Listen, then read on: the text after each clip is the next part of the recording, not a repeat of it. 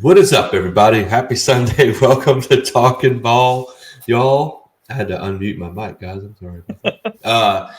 This is only the 19th episode we've done this. You think I'd figure that out by now? But anyway, we're back and we're here. We had a loaded Week 9 schedule, and for the most part, I think the games lived up to their hype. We entered Week 9 with 16 undefeated teams in total in the state. We enter Week 10 with 14. The only two undefeated teams that lost to other undefeated teams. That being John Curtis losing to Carr and Loyola Prep losing to North DeSoto. So let's jump right into it. We'll start with the Carr-Curtis game. And this was a game going into it. We said at London Pageant for Curtis is going to have to throw the football, and that was going to be the way that they were going to have to kind of attack this Carr defense. And he was 12 of 17 with 142 yards and 33 touchdowns. It still wasn't enough to beat this Carr team as Carr wins 48-26. Carr got out to a very quick lead. Curtis fought their way back, but Carr just proved too much down the stretch. Yeah, I'm pretty impressed by John Curtis's offense as far as getting points up on the board. I didn't see them scoring 26 points, or really anybody scoring 26 points in this Carr defense. Like you said, it looks like London Pageant. He looked great in the highlights. He had a pretty nice game through the air.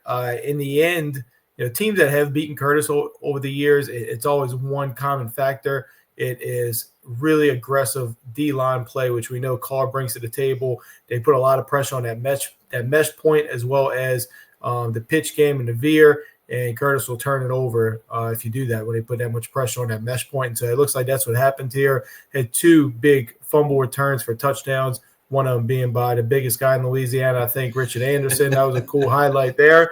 But yeah, so it looks like when you turn the football over, because JT Curtis said it on Friday Night Football, when you turn it over against this team, you give yourself no chance. So I think it's a lot to take from this game. If they meet in the playoffs, I think Curtis has reasons to be confident in this matchup, because if they don't put the ball on the ground and give Carr those 14 points, this game's a lot closer.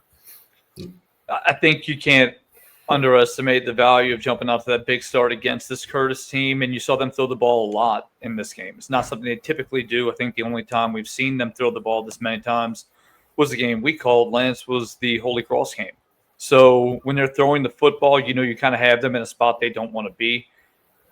This Carr team jumped out ahead early, and it's really hard to catch them when they do jump out ahead. To your point, D-line play, really big factor. Richard Anderson with the fumble recovery for a touchdown. Watching a big guy touchdown never gets old. But this Carr team is going to be difficult for anybody to beat, no matter who you are in the state. I've said it. I think they're one of the best teams in the country, if not the best team in the country. I think they're probably the best team I've ever seen in person. This is a really impressive football team, top to bottom. They can pass it. They really have been running on that rushing attack with Garrison in the backfield, and Johnson can sling it. Has Owens out there, as well as some of those other guys. Just a really impressive team, top to bottom. Extremely fast on defense. Extremely aggressive. So to your point, Lance, 26 points. That's a lot of points that they were managed to score against the defense that didn't give up a single point to Louisiana team until it felt like week. It was like 3 points in one game. So really, week 6, I think it was. Yeah. I mean, it's a really good football team. No, there's no other way to say it. No, it's not. And like you said, Lance, Curtis turns it over 4 times. And when you do that against anybody, it's hard to win. When you do that against Carr, it's impossible to win. And that can't happen. And then you dig yourself into a 21-0 hole. But I think you're right. I wouldn't be shocked if these two teams face each other again in a few weeks.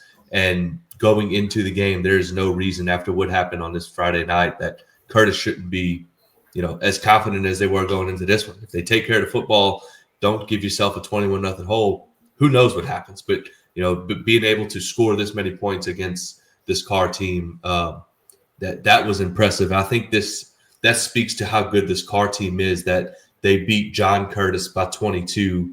And we're talking about how good of a showing John Curtis had. I think that's just how good this Carr team is.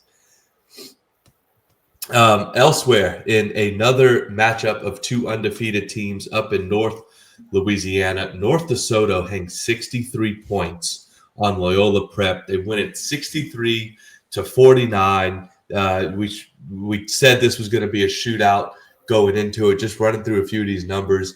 Kenny Thomas, running back for North DeSoto, rushes for 264 yards. Quarterback Luke Delafield throws for 237. There was 3 receivers that had 65 or more receiving yards. Bryce Restovich, quarterback for Loyola Prep, incredible. 28 for 43 for 403 yards and 5 touchdowns. He also ran for a touchdown. They had 4 different receivers that had at least 1 touchdown catch, and their running back rushed for 189 yards. Just wasn't enough to take over this North DeSoto team. North DeSoto, we knew coming in is really good because we saw where they went on the road and beat West Monroe earlier in the season. Loyola Prep, we haven't really seen them in a marquee matchup. This is their first big matchup. And so while they didn't get the win, I think we do know now that this team is for real. They put up 49 points. Obviously, they need to be better defensively if they're going to take down a team like the caliber of a North DeSoto. But this game was super back and forth and really just got away late. And so, again, we know that this Loyola Prep team is for real now. I mean, you already said this quarterback matchup. Luke Delafield, hope he brings some of this magic to Demon Land with him. 4 total touchdowns, over 300 total yards. And then the Bryce Restovich kid, you said, I mean, you called it. I think I saw he was at Baylor, visiting Baylor this weekend. So that's the type of football player they have under center too. And so, but there's so many good quarterbacks, a lot of great football teams, and every one of them seems to have a really good quarterback like these 2 teams. I'd have to assume he's going to get a few more of those calls. He's been incredible all season long in Restovich, but we knew Delafield coming into the season was going to be a guy. Restovich had a big season last year, kind of rolling into this year. He still has another year. So he has a great opportunity moving forward. Kenny Thomas, guys, he was injured earlier in the year. So comes back with a really strong performance. A lot of people kind of talked about this North DeSoto defense and said, this Loyola Prep team, being able to score this many points, not really going to happen. So Loyola Prep team put up a lot of points and a lot of yards. But unfortunately, when you look at a day and you say we had over 400 yards passing the football, we had a back run for $150, and it still wasn't enough. You probably would have called you a liar, but this North DeSoto team can do it in a number of ways. Both teams fall on opposite brackets, the select side and the non-select side.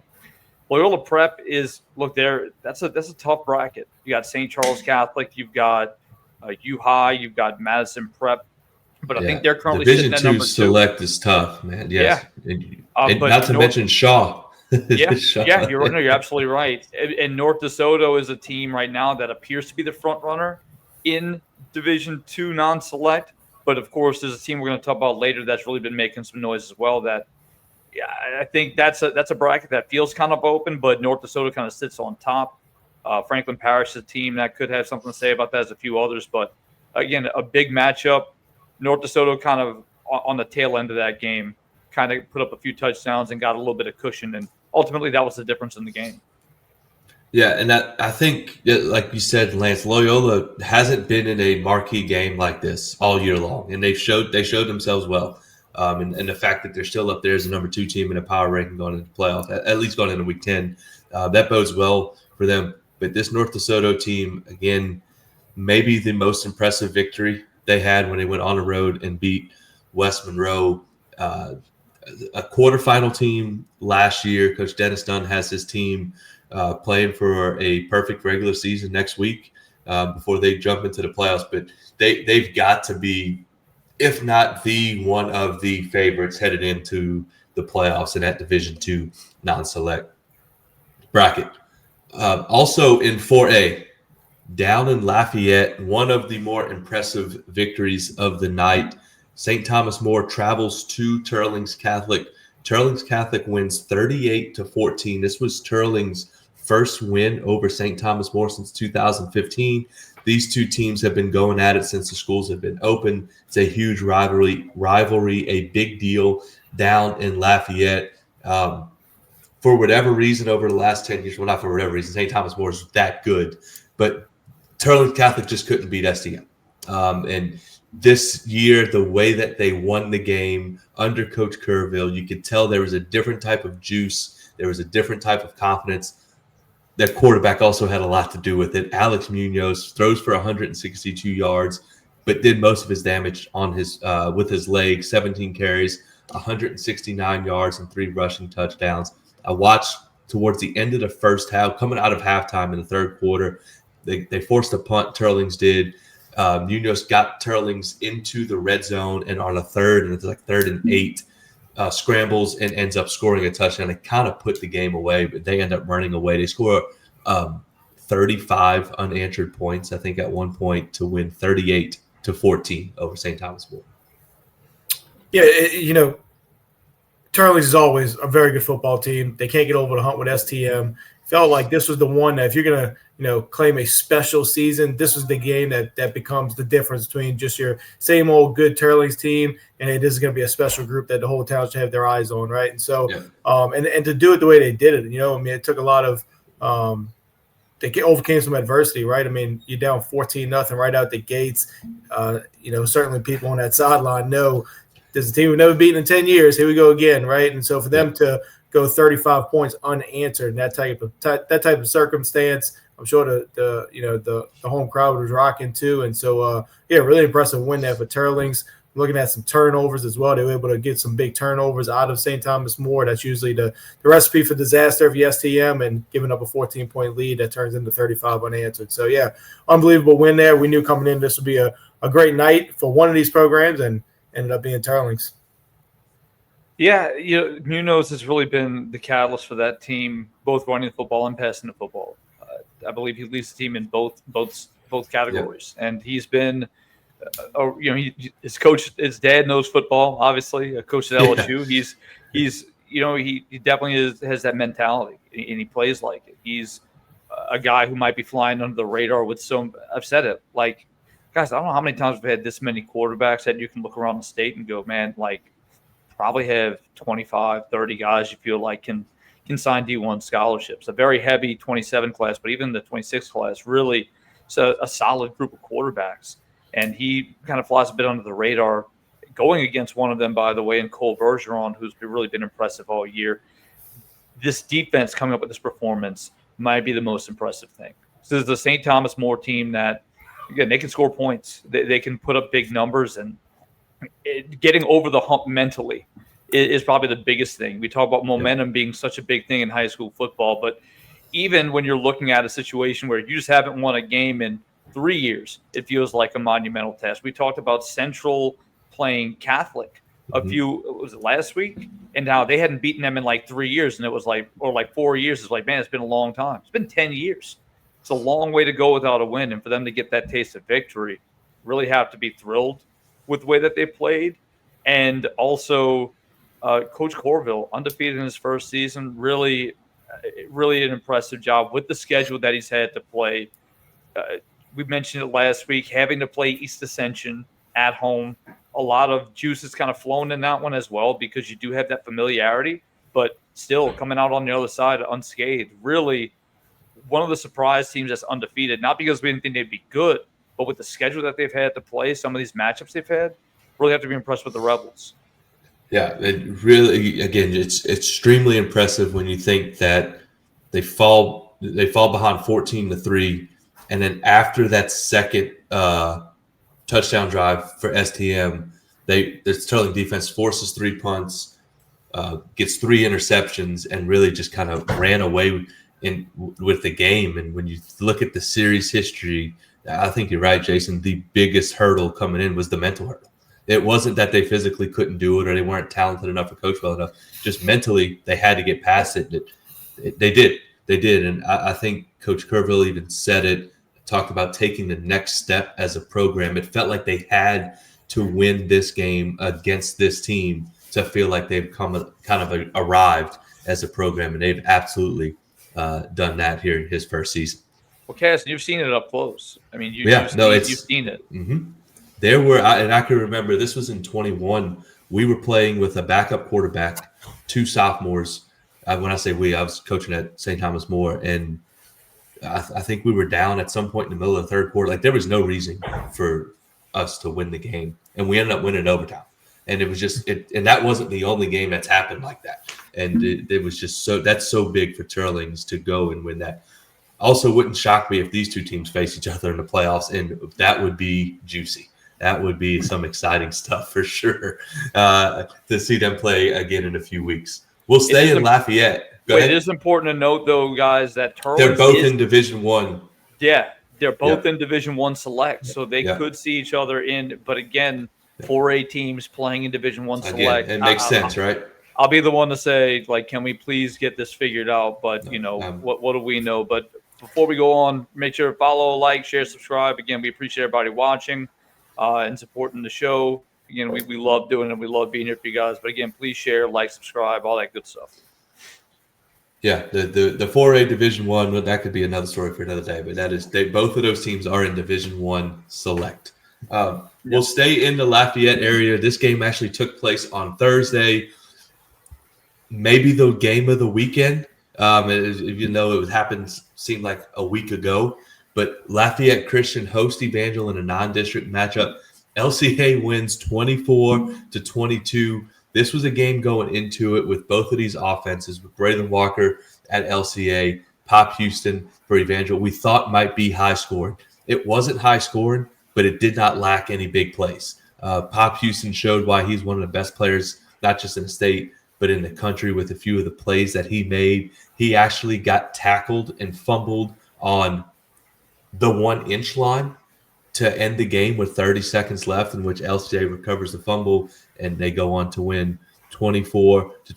Caden Bellard for LCA rushed for 76 yards on 18 carries. Braylon Walker, 2 rushing touchdowns and 89 rushing yards. Peyton Houston, again, this LCA defense holds him to 155 passing yards and 1 touchdown. He did have an absolutely unbelievable 61-yard rushing touchdown, and then that scramble late. But defenses kind of controlled the game, but it didn't make it any less exciting.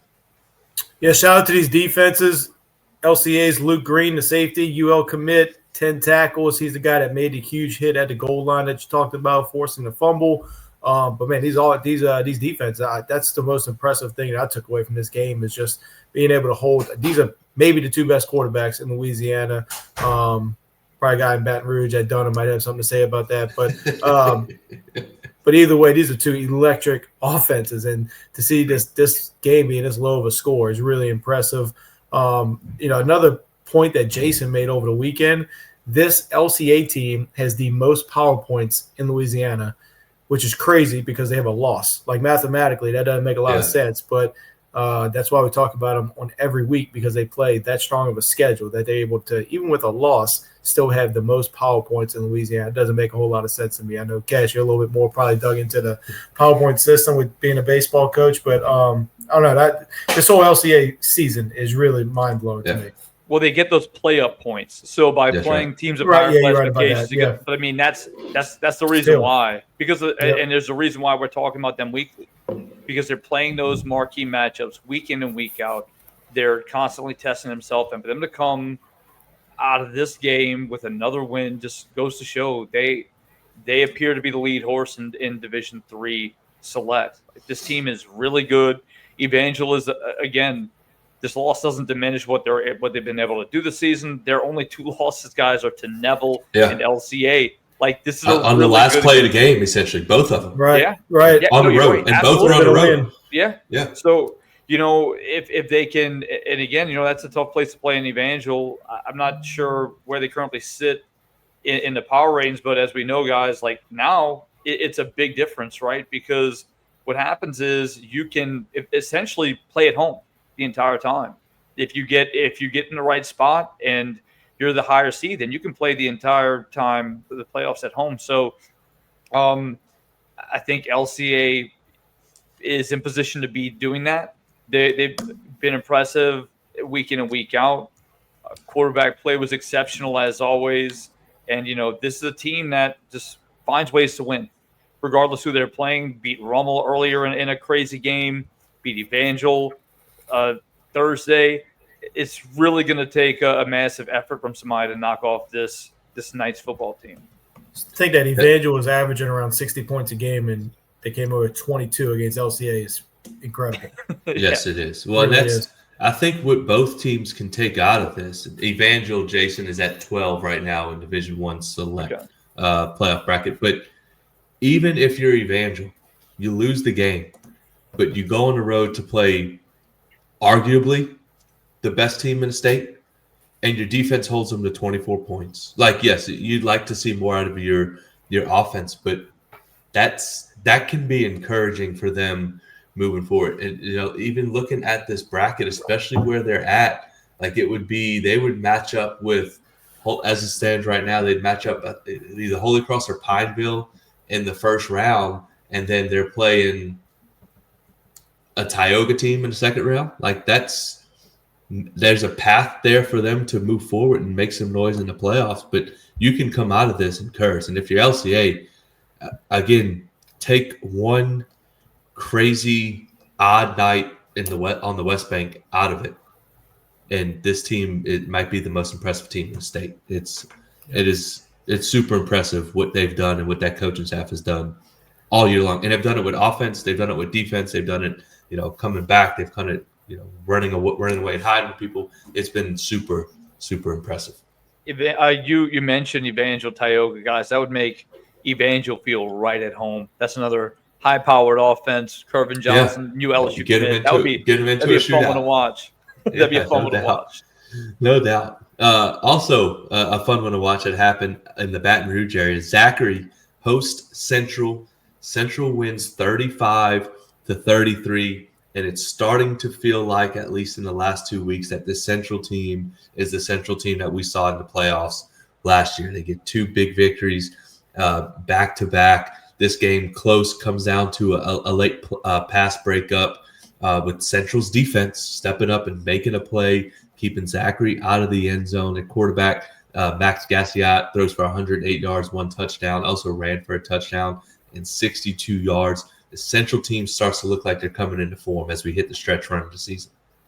Yeah, it's crazy to think we had some doubts about the Central team, and here they are at 7-2, looking to finish the season strong, and I'm sure nobody wants to face this team in the playoffs, so they are definitely playing right at the right time, still giving up a good bit of points, but we know how good Zachary is on offense as well. So, yeah, heck of a win by these guys. Looks like they did it. The defense came through, and they needed them to come through. They also came out with a big special teams play. Marvin Joseph, 94-yard kickoff return for a touchdown. Those type of explosive special teams plays usually the difference in a close matchup like this. Yeah, and guys, I know they were a bit shorthanded too. They had some injuries, so to be shorthanded to play Zachary on the road and win that game, I mean, there's nothing more you could ask for, and that's as big of a win as they've had all year. And again, right time of the season. If you're going to get hot, you'd rather get hot late than get hot early. So I think this Central team, again, has good potential here to make a run. Division I non-select has just a ton of teams, though. Like a ton of teams that you feel like have potential to win the whole thing. And this Central team is in the mix. And guys, like there's only a few divisions we really look at and you say there's one clear front runner. So to be in the mix is a statement enough, but I think Central hitting their stride at the right point in the season. Again, able to play 2 quarterbacks as well. Got 2 guys that can sling it in Clayton and Gassiat as well. So again, it'll be fun to see them moving forward with one more game in district play and then off to the playoffs. Yeah, and you mentioned not wanting to see these guys in the playoffs, and it kind of has seemed like we might have been down on Central a little bit just because maybe the expectations just were way up there. They're 5th right now in the power rankings.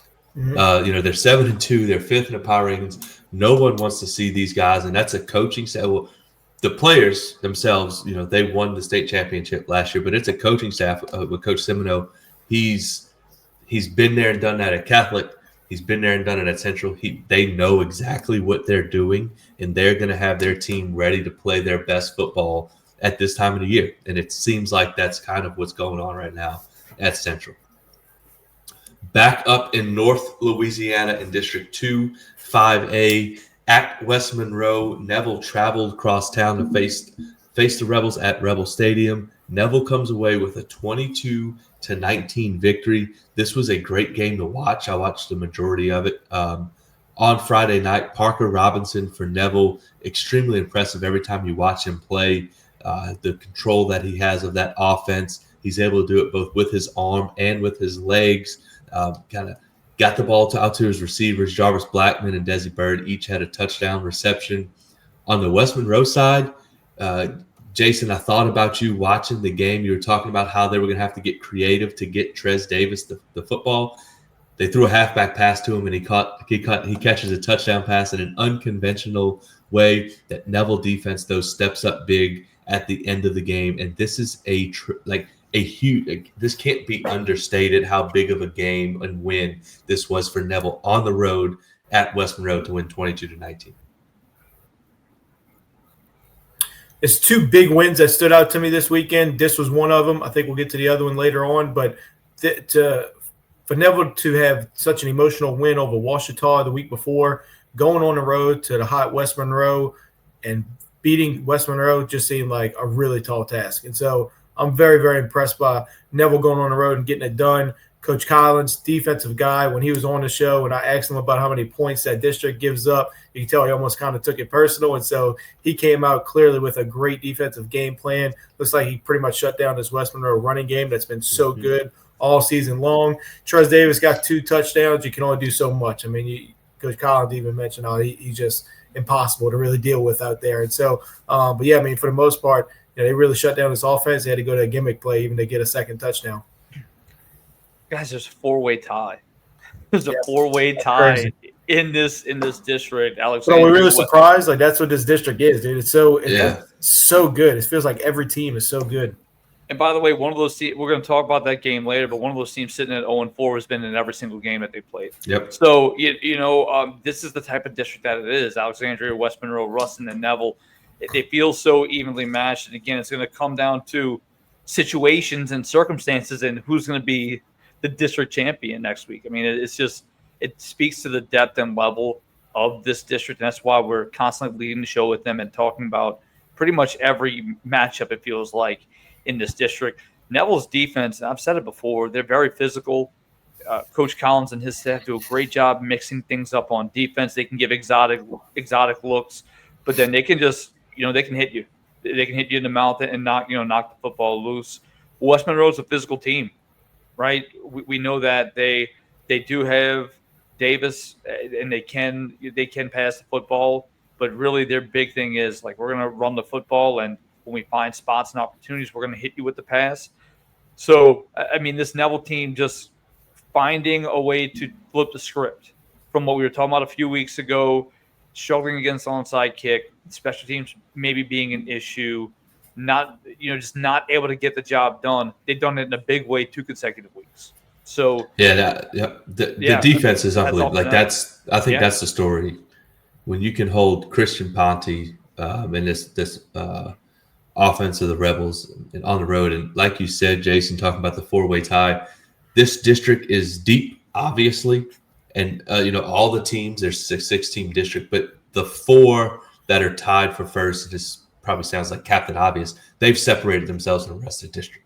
Like, Ouachita, we thought might have been up in that mix. Ouachita has faced all 4 of those teams 4 straight weeks and lost 4 straight weeks. So these 4, speaking of Neville, West Monroe, Ash, and Ruston, and they all play each other next week. So that's going to be interesting. Has there been we talk about some of these teams, but man, I don't know if there's many teams like outside of Ouachita, Parrott, like who else has played a schedule like that? Like having to play those 4 teams in a row. Maybe LCA is in the conversation. Maybe. Like those are 4 really tough games to play back to back to back to back. Yeah, that's the bad luck of the draw in that district playing those 4 teams back to back to back.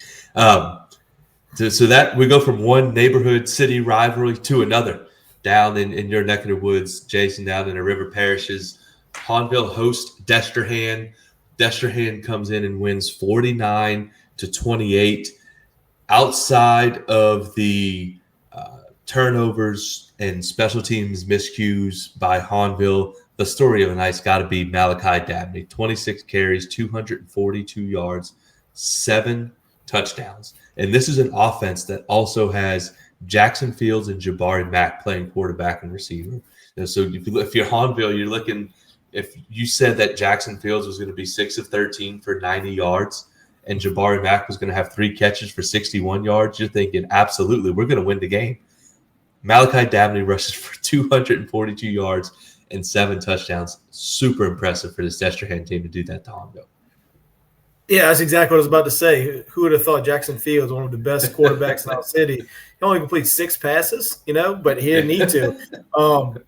But this is Dabney. Dabney ran for 6 touchdowns. That was 2 weeks ago, I believe, when he ran for 6 touchdowns. It happens so, Lance, it happens so often. Like, who can keep track anymore? I mean, seriously, he's nuts. Yeah. I mean, how many I'd love to know how many Jason probably knows, but how many touchdowns this guy have?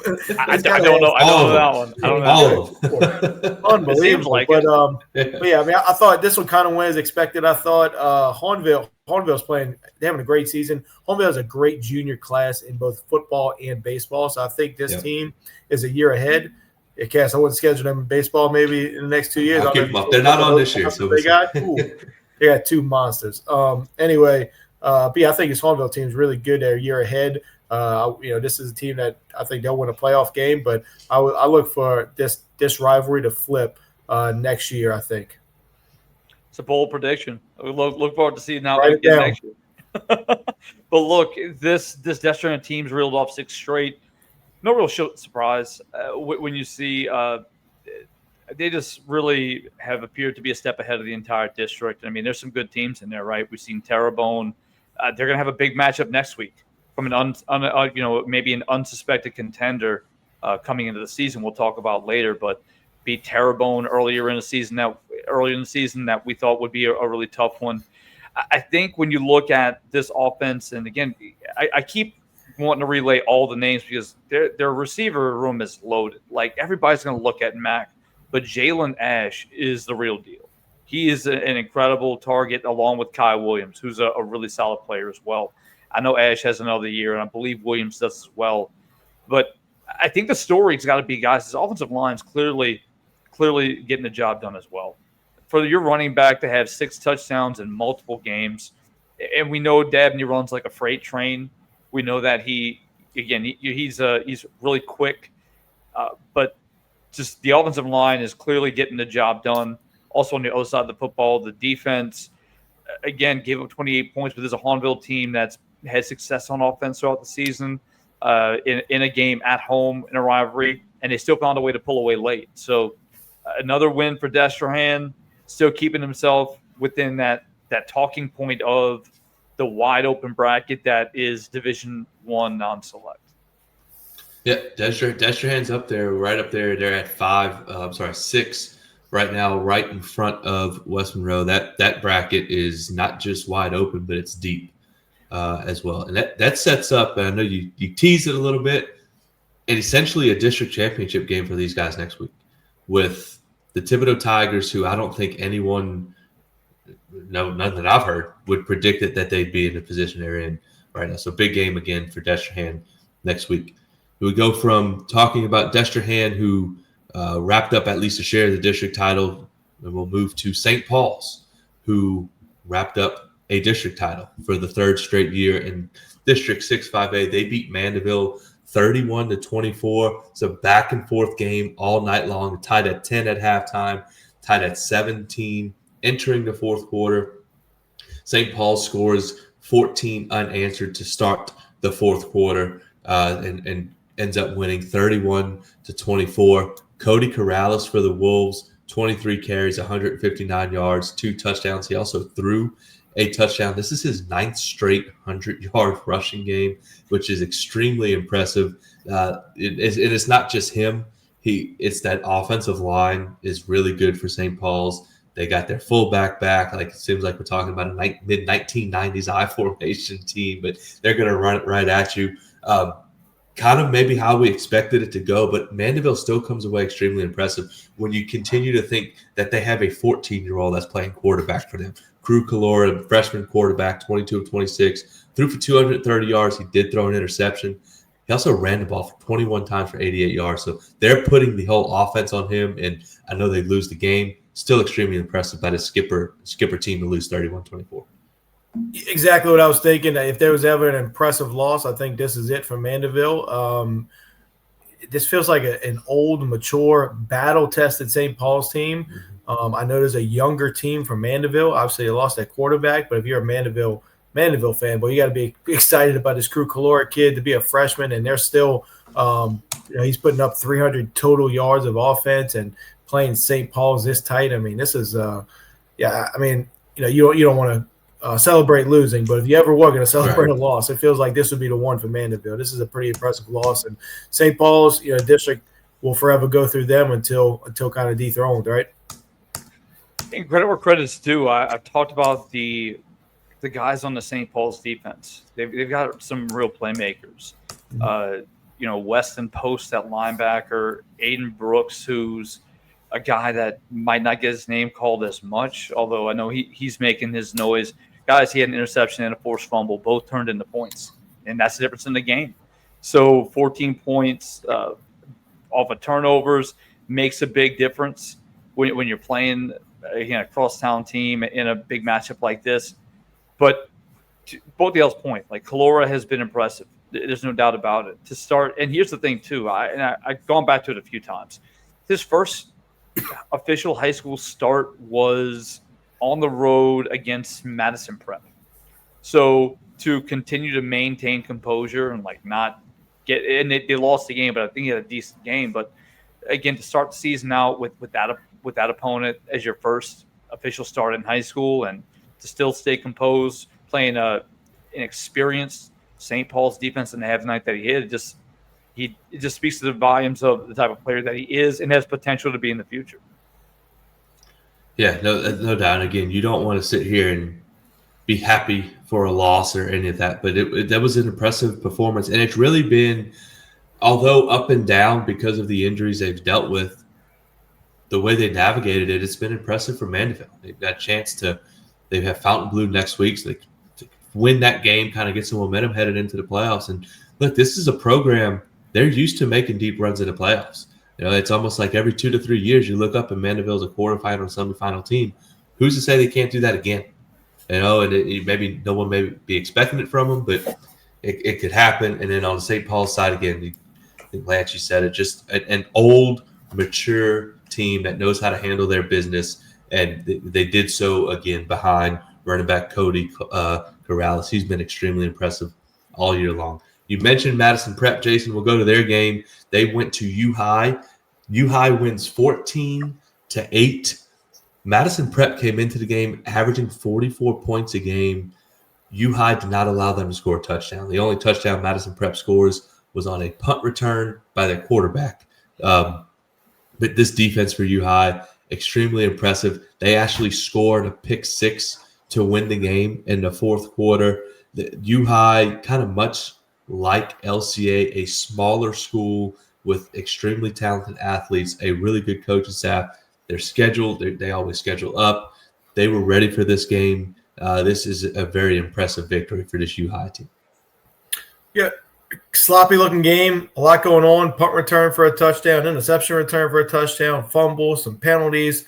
But there was one constant that overrides all of it, and it was ULab's defense, right? And so, this is really impressive. Madison Prep got out to a lead with their punt return touchdown by their quarterback. But yeah, ULab. So ULab and LCA, are they in the same? No. So division D2, right? U-High is in ULab. U-High is in D2 and LCA is in D3. Division 3. Gotcha. Yeah, but this ULab team, if you hold a Madison Prep 8 points and giving up 0 offensive touchdowns, they're going to be a force as expected in the playoffs. We haven't gotten a chance to break down many U-High matchups over the course of the season. Right. But if there is a team in Division 2 that you could argue would maybe have a little bit of an edge, it feels like U-High is that team. They didn't get a chance to compete in the playoffs last season. I think you're kind of seeing some of that energy come out this year. Arguably, a lot of people say best player in the state. A lot of people say best player in the country in Lamar Brown. Mason Smith is another big guy up front for them. They have playmakers all over the field. The wide receiver Dixon is really an impressive guy as well. They got a really solid running back as well. I'm saying one. Like there's only one guy on this team. Like they're just top to bottom a loaded squad. I know Madison Prep, again, also a super talented team, and they've played their fair share of higher opponents as well. We just talked about them playing Mandeville. I think both of these teams are going to be battle tested going into the playoffs, and I think ultimately that's why you schedule the way that these teams do. That's why you play elite competition to know what you have and what adjustments to make. I think both of these teams, this could be a game that we see in the Dome. This is very easily a team that this is very easily a matchup that we could see a repeat from district play in the Superdome, and it wouldn't shock me. And to your point about quarterback, man, he plays quarterback, running back, wide receiver. I'm not sure if he leads the team in receiving yards, but he drove the bus to the game too. I mean, he might as well have. Like he can do it all. But again, two really fun teams, really big physical teams at that. I know Madison Prep got a guy up front, guys. He's 6'8", 340. Like he's getting some attention, obviously, but he's a junior, I think. So both these teams got big physical guys, and it's fun to see it when two prolific offenses flip the script and go defense. Kind of similar to that LCA Evangel matchup we were talking about. Yeah, no, really impressive. And that U-High defense, man, is so good. And that coaching staff, that's just a good football program. That is a good football program. And so is Madison Prep. We mentioned we could see this game in the Dome. Madison Prep, we mentioned it Tuesday. They were, 8 yards away from being in the Dome last year. So they expect to be right back in that same position as they head into the playoffs this year. Before we go forward, follow, share, like, subscribe, all that good stuff. Make sure, again, we appreciate everybody watching, tuning in. Please follow, share, like, subscribe. Again, we love doing it. We love being here with you guys. But again, if you could give us a like, share, subscribe, we'd appreciate it. We will go down into New Orleans, down in District 10, 2A, Newman and Country Day. Newman wins 42-14. Newman seems to have seems to have figured some things out. Rough start to the season, like we mentioned, with a new coaching staff, losing some key players. Jake Randall, 6 total touchdowns and over 400 yards. Tulane is getting a great football player in him. It's not just he can do a little bit of everything. He can run. He's physical. He obviously plays some quarterback for Newman. He is a really good football player. Newman holds this Country Day offense to 14 points. That's a season low for them. Newman as a program, it's one that everyone keeps – it's like, yeah, but they haven't won the state championship, or yeah, but they haven't been to the Superdome. Maybe this might be the year. You hate to just sit there and talk about that being the end-all, be-all, because there's so much more that goes into it, but they seem to start playing a lot better here these last few weeks headed into the playoffs. They might have figured some things out that can help them have that run to the Dome. Hopefully the city is really starting to learn more about Jake Randall. This kid is unbelievable. He is so strong. He's physical. He's all of 6 foot, 195. And when he breaks away, he had a bunch of explosive runs in this game. When he breaks away, he is faster than anyone. I mean, it's really impressive. And so, I didn't think he really got enough love over the last couple of years. He's a great running back in their system, but Newman had so many good players at other spots that you didn't really hear a whole lot about Jake. But Jake is an unbelievable football player. He threw for 4 touchdowns. This is a guy that's never played quarterback. The first time he took a snap at quarterback was literally 7 days before the first game. That's when they decided to move him to quarterback. Here we are, week 9. He throws 4 touchdowns and runs for a couple as well. And so he's super impressive. But this Newman team, they got some really good players. Henry Jackson in the middle. Yep. He is a big, big kid. He's all of 6'3", over 300 pounds. He can play for anybody. I believe he's going to Cornell. He's a senior. They got George Loop on the perimeter. He has Ivy League offers. I think he's committed to one of the Harvards or one of those, but he's got some offers. Yeah. You know it, or I'm drawing. I think it's Dartmouth. Is it Dartmouth? I don't know. It's an Ivy League school. Yeah, he's committed to one, and he's got a few offers. But anyway, Hendricks Hill is another one at receiver. So this Newman team, I thought going into this, I kind of had a feeling it might go this way simply because when it comes down to matchups, this Newman team, they have the perimeter players to match up with really just about anybody, especially in the smaller schools. They're really good defensively on the perimeters with Jack Falgoose, Archie Kasbarian. Those guys, when the ball gets tipped in the air, it somehow lands in Jack Falgoose's hands. So it's almost every game I go to, he has a fumble recovery or an interception. And so, they've got good ball players on the perimeter. And so, Yeah, this is a Newman team that's 5 straight. Coach Weiss really has them headed in the right direction. I think there was some concern early, but it was just a matter of new head coach, new quarterback, had to figure out how to really use all these players. And you were right. Yeah, you had one I didn't, and I've got pretty much everybody in the state pegged. It was Dartmouth, so it is Dartmouth's commitment. This you mentioned Hendricks Hill. Hendricks Hill has I know he has an offer to Washington. I think he has an offer to Baylor. He's Good looking player. Former Real LSU good looking star player. Eric Hill's son, and super athletic guy. But to your point about kind of getting lost in the shuffle, I mean, I don't know. He only had Arch Manning. He only had Eli Friend. Right. And Eli Friend might kind of got under-recognized too. Yeah. I mean, he ran that offense incredibly. And look, his skill set opened up that Newman offense a lot more than Arch's did. Now, again, I'm not saying he's like from a passing standpoint, but his ability to run, there was a ton of wrinkles in that offense I got to see last year. And I called a few of their games that I didn't see the year before. This Country Day team is, again, a really electric offense. So speaking to the defensive playmaking that this Newman team has, again, holding them to 14 points with 2 really stud wide receivers as well, in McAllister and Brewer. Like, this is a good Newman team, and they do fall into that sneaky good, I would say, because when you look at Division I and Division II, you're like, man, but Division III non-select is sneaky good as well. And I'm saying sneaky good when you've got a Catholic New Iberia, LCA, those guys in there, Calvary Baptist. So it might be one of the deeper, I would say, divisions to kind of figure out on where they'll go. But again, we'll see if Newman can continue to shed their skin, if you will, from the early part of the season, has really seemed to find himself. We'll know next week, though. They're going to play South Plaquemine, and that'll tell you everything you need to know about both of these teams. Yeah, and when you look back to the beginning of the year in Newman, you knew there was going to be some growing pains coming in, just because it's simply a change in coaching staff, and anytime it happens, like, it's new. So they lose their first 2 games, then they go into a bye week, and you don't hear about them, and then they play 2 games. There's another bye week, and you just kind of forget about them, and you look up here and it's week 9, and you're like, well, they're now 5-2, heading into a big game with South Plaque, and which they get a victory there. Like, they're just right back to where they always been, which is in the running to make a deep playoff run. So it'd be interesting to follow this team moving forward.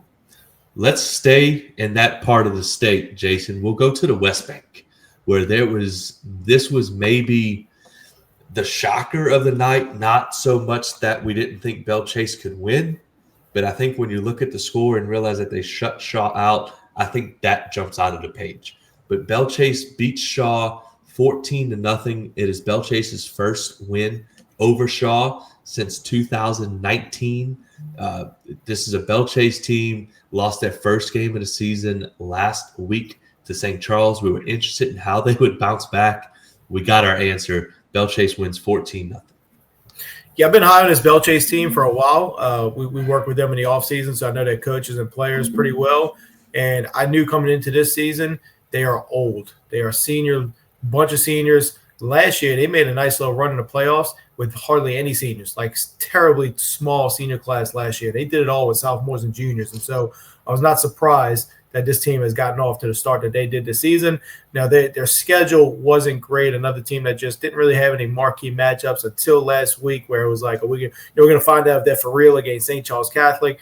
I really think that they just got off to a slow start against St. Charles Catholic for that reason. Like, they hadn't seen a really good football team like St. Charles Catholic. And so going into this one, now they are a little bit more battle tested. They came a little bit more ready for Shaw, I'm sure. And again, like I mentioned on the preview show, this is a motivated – when you got an old team, senior-led, crosstown rivalry, like that you're going to get their very, very best. And it looks like their defense certainly brought their very, very best, shutting out this Shaw team. I mean, to really think about, like, Shaw beat LCA. Yeah. Like when you saw and it's not always just – you can't really just compare scores like that. But they beat LCA, and then Belle Chase shuts them out. I mean – I think this Belle Chase team is really good. I think Amari Ambrose, he obviously didn't have his best game in this one, but I know he's really good. He's a 3-year starter, I believe, senior. So yeah, I'm on this Belchase team, and that division that they're in is pretty wide open too. Not to mention really physical defensive lineman in Bartholomew. Like he's a big, physical, nasty defensive lineman, and he gets after it. Shaw again clearly struggled to move the football. 5 for 14 passing, 50 yards passing the football. I think that speaks to the pressure that they were able to put on him, and that defense flies the football. Like their physical defense. We know their offense likes to play ball control and run the football and ground it out. And again, I went to St. Charles Catholic. We see that week in and week out from the Comets team, and it works. And of course, it was pretty fun to see them go at it just a week ago. But again, very similar sentiment. So now you have a Belchase team that's feeling confident. I believe next week they play Kenner Discovery. I'm not positive, but they're going to go into the playoffs feeling pretty good about themselves.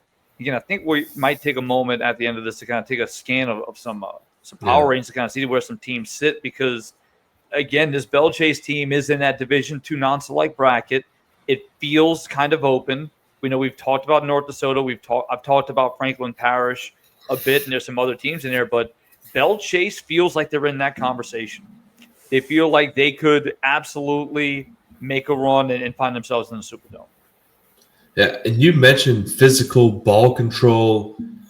They held the ball for the last 9 minutes and 18 seconds and went on a 62-yard drive that ended the game with Belchase holding the football. If you could do that against this Shaw team, that's got everybody's attention. And that's, that they do. They have the Swamp Owls next week in week 10 before making their trek in the playoffs. But man, this is back-to-back weeks for Belchase. I know they lost the game last week, but maybe as impressive as a 2-week stretch, simply because they did lose last week. And how are they going to answer the bell? They answered it exactly the way a championship team would do so. Out in the Class 1A, Jason, this is your team here. Sacred Heart travels to Point Coupee, Catholic of Point Coupee. They've been extremely impressive all year long. Point Coupee wins 34-24, scoring 34 points in the Sacred Heart defense. That's as impressive as any feat that we've seen on the year. They come in with 191 yards rushing on the ground from Micah Nippy. Jude Morrison completes passes for 160 yards and 2 touchdowns. Again, I go back to week 3, I think, when we saw him. Jude Morrison, as good of a football player, on that level as you will see, and he did a good job for this Hornets team. They moved to 7-2. Sacred Heart falls to 6-3. Yeah, 2 teams that came in with the same record. It was very interesting to see, at this point in the season, who's going to be real contenders in the playoffs. It looks like this score was actually probably bigger than the final. Yeah. Looks like Sacred Heart scored a little bit late. And so this Catholic Point Coupee team, this will be a fun team to follow in the playoffs. The Hornets always seem to be one of those teams in Catholic Point Coupee. Like they're always in the conversation. It'd be fun to see if they can make that run. And they can make that push. I think there's a few teams, even within this district, that feel like they have a say in who's going to win Division IV non-select. You have Catholic Point Coupee, you have Sacred Heart, you have Hamilton Christian, I believe, is in this division, is in this district as well. I'm not sure off the top of my head, but But again, I know that they're in a solid district regardless, and that this Jude Morrison's been there for what feels like forever, and he's played all over the field. So he's got over 100 career touchdowns. He led the team in interceptions earlier in his career when he was a younger player. He's their Mr. Everything kind of guy. He's an incredible athlete, and if he's rolling and this offense is able to move the football, running the football as well, I think they're going to be a hard team to beat or match offensively. Jason, you ever been to Catholic Point Coupee? I've not. Maybe. You know what? I think when I was like in middle school, we played them. Like that was a long time ago. Me and Cass went. Me and Cass have been there. We came there with a big win against Catholic Point Coupee, St. Mary's Tigers, about 9 days after Katrina. We beat the Hornets. It's a fact. Yeah, that right is after Katrina. That Yep. is a fact. We didn't even I knew know some- anybody's name on the team. We just showed up. We knew some of the plays. I caught a touchdown on the first drive. It was Cass, how that many times did you have to repeat your name before people knew it was Cass? I can imagine. People be like, that guy.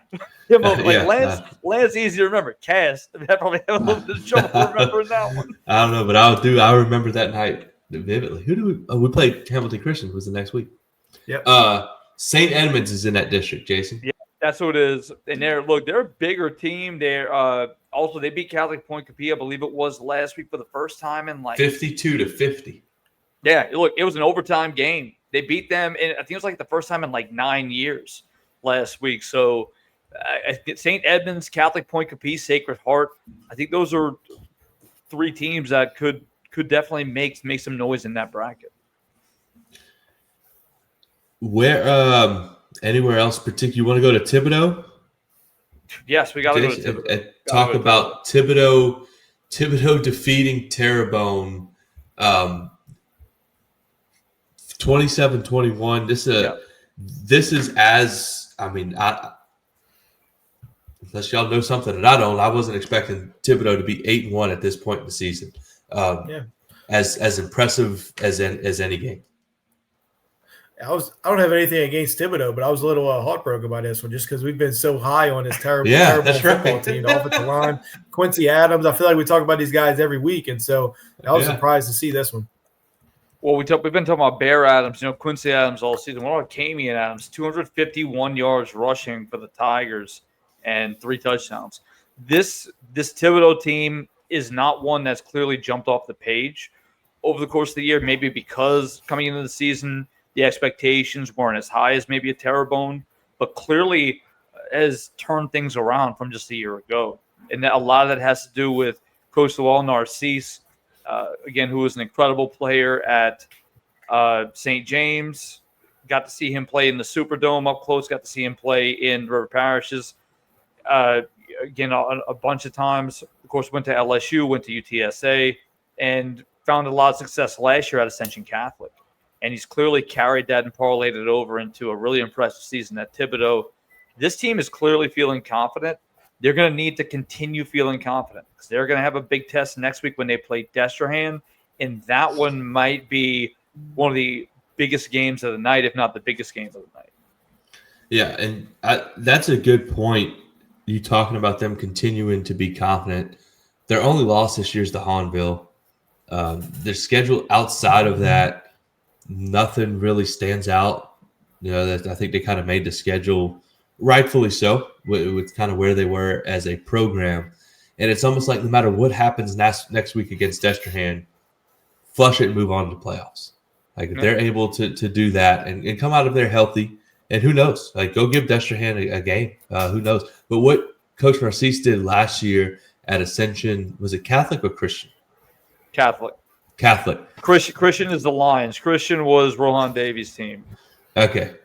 So what he did last year and in the year before, they put up a lot of points. They kind of beat people pretty good, and it's easy to point to that and say, well, they just had better players than all the other 1A schools. But now you see him doing at Thibodaux. This guy knows what he's doing. This guy knows what he's doing, and he's in a tough district. So good to see Thibodaux and Coach Narcisse. They're playing for a district championship next week against Destrehan, so it should be a fun one to follow. And played under Dwayne Jenkins. I believe I'm not sure if he coached with him off the top of my head, but that's a heck of a guy to learn from. Yeah, he knows what he's doing over there at now at Letcher. He was at St. James. Yes. Anywhere else? Off the top, those Southside Karen Crow guys. Look, the fact that Southside won is not a shock. But what is a shock is for them to drop a 70 spot on this Karen Crow defense. Just really impressive performance for Southside. I know their quarterback had a heck of a day. I can't find the stat line at the moment, but this is a Southside team. I said, came into the season with a ton of expectations, and they're kind of living up to it. So Parker Deese had 12 carries, 297 yards, and 2 touchdowns. Justin Williams, 145 yards rushing and 4 touchdowns. And Colin Francois had 8 carries, 107 yards. So three guys for rushing for over 100 yards. This is a really impressive performance against the Karen Crow team that many would argue has the best athlete in the state in Chance Babineau. In terms of can play both sides of the ball, does it excellent. One of the leading, if not the leading receiver in the state. Also really impressive defensive back. But guys, they were down early in this game. Yeah, they were down 14-0.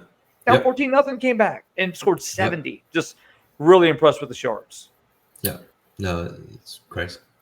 I was going to go show some love to a couple of our guest coaches from earlier in the season. Coach Nick Monica found a way to get another win. They just continue to find ways to win. It's with a really good defense. They forced turnovers. They also had a big kickoff return touchdown. Their offense was struggling. He has officially made the switch, it looks like. Nathaniel Singleton, who was the starting receiver, he started the game at quarterback. We already know how good their running backs are. And so, Rummel found a way to win. It wasn't pretty, but they found a way to win. I think it was 21-17. Is it 27-17? I think it might have been closer. I think I might have botched the score on that one. Either way, it was close. Yeah, it was a close game. But good for them. They're at 6-3 now. And then St. Aug, me and Jason had St. Aug, Coach Valdez. Holy Cross made them work for it. I'm going to tell you that much. This was a great game. Holy Cross actually had the ball late in the game. Truly took it to the last second of this game. But in the end, St. Aug was just a little bit too good. But Sean Coulon is super impressive. I mean, he's really good at football. Like, he is not your traditional quarterback. It's more of like, man, every time Coach Connors, the defense coordinator for Holy Cross, every time his X's and O's were on point, Coulon figured out a way to pull it down. He ran for a bunch of yards. He'd pull it down. He'd pull it down when the pocket would break down and keep his eyes downfield. They had a big 3rd and 16 play that he created. He had another big 3rd down play where he broke the pocket, made a big throw. And so he was, we knew going in how good of a football player he was. First time seeing him in person, he was every bit as good as advertised. Another good win for St. Aug. And again, our Holy Cross Tigers, they're fighting every single second of every game. We can definitely say that. Yeah, and the score was 32-24 for those who didn't know, in favor of St. Aug. But Lance is spot on. It was, I think, when you look at the St. Aug team, you think flashy, you think big play wide receivers, but every big play seemed like it went through Coulon. It felt like it was his ability to run, his ability to break, contain, or force those linebackers to kind of have to hesitate. And they did try to spy him. They tried, and it didn't work. And Lance would say, I'd expect a draw play here, 3rd and 9 at the 20-yard line. He runs it for a touchdown. I mean, every situation you could say, they're going to run a quarterback draw here. With that extra blocker, it seemed to be really difficult to defend. Came away really impressed with the fight of Holy Cross, again, continuing to scrap and claw. A really great job by Jaden Smothers. A crazy interception at the end of the half. Big pick 6 for him that brought the Tigers back in the game. But ultimately, St. Aug's run game at the end, finding that run game late, because the Tigers had to commit to stopping Coulon, opened up running lanes. And that was the big difference in the game. Holy Cross actually led 10-0 in that football game. Yeah. Yep. How about East Ascension bouncing back from the loss last week to Turlings to beat Dutchtown 30-28? I mean, Briston Martinez, we talk about Bugs Bunny with some other players. This guy, he does it all. He caught a pass, 24-yard touchdown pass. That is a huge win. Dutchtown's now lost 2 out of their last 3 games. East Ascension, with that win, puts themselves in a position to go play for a district championship next week against Walker. Yeah. Again, this district is it's fun to follow. They're tied with Denham Springs right now, and they have the win over Denham Springs. Yeah. So we were talking about that earlier. Technically, if you're looking by the head-to-head matchup, they technically have the lead in the district, but have to win out. But guys, I don't know if there's any offensive scheme that I love seeing more than what Coach Chaponche does with Briston Martinez. 6'6", 300 pounds. Dude is a tank. He's an offensive lineman who they put at tight end. He can catch passes. They put him at running back and just runs over people. It has been a lot of fun to watch what they do with him. It's so much fun. Just last week, he catches a touchdown pass. Yeah. He rushes for 2 touchdown passes. Yeah. He threw a pass. He punted, and he played nose guard. Unbelievable. It's crazy. It's cool. Coach Mathern praises, leadership and all, and the way he goes about his business. And so I know I've been around too many of these great players that they kind of lose sight of their senior year a little bit. They start focusing on that next level, their LSU offer and stuff like that. And, this guy clearly is not losing sight. He's going to leave a legacy. He's going to go down as one of the best players, one of the most memorable players East Ascension has ever had. It's really cool to see that. Well, to your point, he's going to go. He's going to go play offensive line in college. And what's he doing? He's playing tight end, running back. He's passing the football, playing nose tackle. So, a guy that's trying to get the job done for his team. And look, we're focusing on him. But guys, this is a Dutchtown team. I think coming into the year, we would argue probably would be the favorite to win this district. And East Ascension is now, again, technically tied with Denham Springs for the district title. So this is a big win for them going on the road to play at Dutchtown. Not an easy thing to do, and this is a good Dutchtown football team. And again, it is a fun district to follow down there in Ascension Parish. Anything else that stands out to y'all? We can mention, it probably deserves a little more than I mentioned, but also on Thursday night, Slidell beat Chalmette in overtime. This was a game that I got to watch for a lot of it. It was a fun game to watch, back and forth. Chalmette goes on a drive late in the game, like a minute and 20 seconds left, scores a touchdown. They get an unsportsmanlike conduct penalty for a questionable excessive celebration. They have to kick a 35-yard extra point. They make it. They end up losing the game in overtime. But Slidell playing with their backup quarterback for the second straight week, and that was a coach's decision. Ricky Williams, their quarterback, who's thrown for, I think he was leading St. Tammany in passing yards up until last week. He hasn't played. He will be back this week coming up. But they've won back-to-back games with their backup quarterback. They go down to Chalmette to win a game in overtime.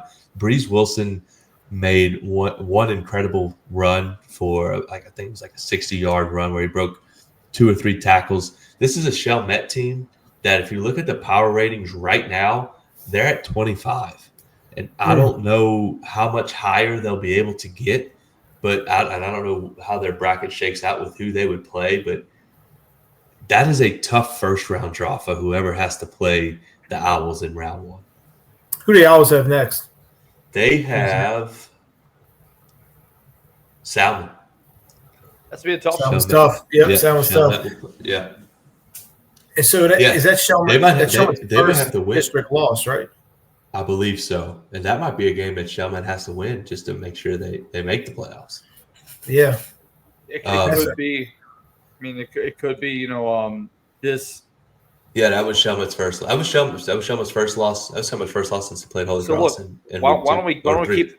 Well, let's keep the conversation here, right? Looking at power ratings. Well, when you look at Division I non-select, for your point, the 28. So 28 is North Natchitoches Central. Yeah, the team we talked about maybe being better than what people were thinking coming into the year. 5-4 on the year. They're in that 28 spot. Prairieville at 27. Covington at 26, Chalmette at 25, and Salmon is at 24. So both of those teams feel like they might need to win their game to get into the playoffs. And on the outside looking in, guys, listen to this. North Shore, which is a team that's been kind of winning some more games maybe than what we expected. Barb at 30. So Barb is a really impressive offense, and they're sitting at 30th. So, I mean, this is a very deep Division I non-select bracket. Yeah, no, it is. And you talk about North Shore. North Shore has Slidell this week. I don't know if a loss for Slidell to North Shore would knock them all the way out, but a win for North Shore would definitely get them in. So some interesting matchups in terms of power ratings. Slidell is at 22. I don't know if a loss would be enough to knock them out. No, I don't think so. I don't think so. Before we go, there's been no uniform talk. Slidell, we thought, had probably the best uniforms. Yes. I've been thinking that too. Yes. just clean, very clean look. That's all. You mentioned when we were watching the game last night. He said before he waited. He didn't do it when the cameras on. He said I love this look for Holy Cross. I think it's a little bit of a Yeah. homer on My that. favorite look. I Yep. feel I you agree. though. I feel think you, that but is like, their best look. is that Notre Similar. Dame look? It is. Yep. It is very. Because they wore the gold pants, right? Yep. Oh, yeah. Gold, white, gold. Yep. I am not. I love them. I'm not a fan of the white pants. I think they need to I'm wear with the you. gold. They need to wear gold. But Slidell's uniforms on Thursday night looked very clean, very simple, good color contrast. I'm in, and that might just be the reason why they won the game in overtime. You know, No baby blue. No baby blue. That's no why. baby blue. Loyola Prep did not wear the baby blue. They wore all white too. I did see so, and it didn't work out for them. But that's okay. Their quarterback listen style show too. So Yeah. So he knew. he knew, right? No baby blue. No baby blue. Smart. He knew. Good work. That's it. All right. Well, that'll do it for tonight. We will get into not just week 10. I think Tuesday we could jump into more deep power rating as we start to get some stuff cleared up for that. But if you're still watching, we appreciate it. Like, follow, share, subscribe. Is that the line, Jason? There it is. Yeah, Follow, like, share, subscribe. Go do it. We appreciate you all. We have a ton of fun doing this. We look forward to it each time we get to do it. So thanks for hanging with us and staying with us. And we will see you all on Tuesday night for a preview of the final week of the regular season, week 10. For Lance, Jason, I am Cass. Thank you for watching Talking Ball. We will see y'all on Tuesday night.